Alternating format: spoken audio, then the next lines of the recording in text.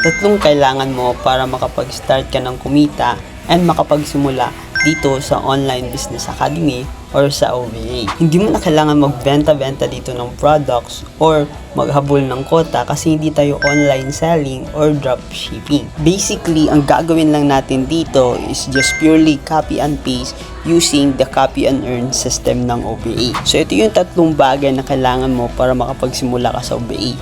Una, kailangan mo lang dito ng cellphone na magagamit, either Android, iPhone, or laptop. Pangalawa, kailangan mo lang ng stable internet connection kasi this is purely online. At pangatlo, kailangan mo lang dito ng tinatawag namin na user ID kasi dito mo makikita yung pumapasok sa'yo ng transaction and yung kinikita mo sa OBA. Kaya kung isa kang OFW empleyado na naghahanap ng dagdag extra income using your Facebook and your TikTok, ito din yung gagawin mo.